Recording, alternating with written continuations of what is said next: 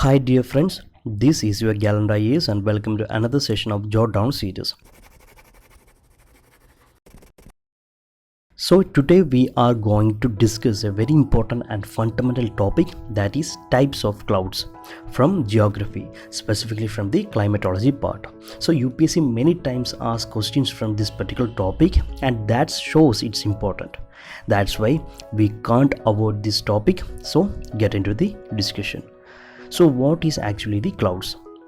Simply we can say is cloud is a mass of minute water droplets or tiny crystals of ice formed by the condensation of water vapor in free air at considerable elevation. So this is the simple definition which is given in the NCERT textbook. So please try to understand this. Then according to their height, expanse, density, transparency and opaqueness, clouds are classified into 4 types. They are cirrus, cumulus, stratus, nimbus. So let's discuss one by one. So the first one is the cirrus. So cirrus clouds are actually formed at high altitude around 8,000 to 12,000 meters. So please remember that. Then the main feature or characteristics of this particular cloud is they are thin and detached clouds having a feathery appearance. So again very important fact, so please note down that. Then the another feature is that they are always white in color.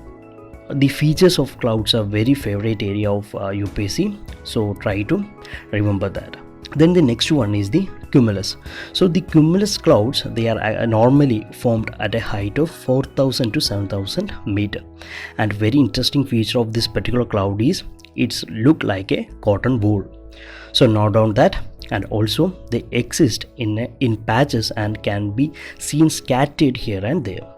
And also they have a flat base. So this is very important fact, that is cumulus clouds have a flat base. So please note down that. So the next one, that is the third one, is the stratus cloud. So the stratus cloud means they are layered clouds, very important fact, and they are covering large portion of the sky.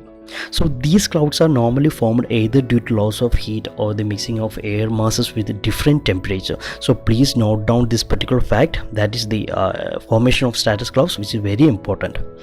Then the last one, that is the fourth one, is the nimbus. So the nimbus clouds are black or dark gray, and also they are shapeless masses of thick vapor.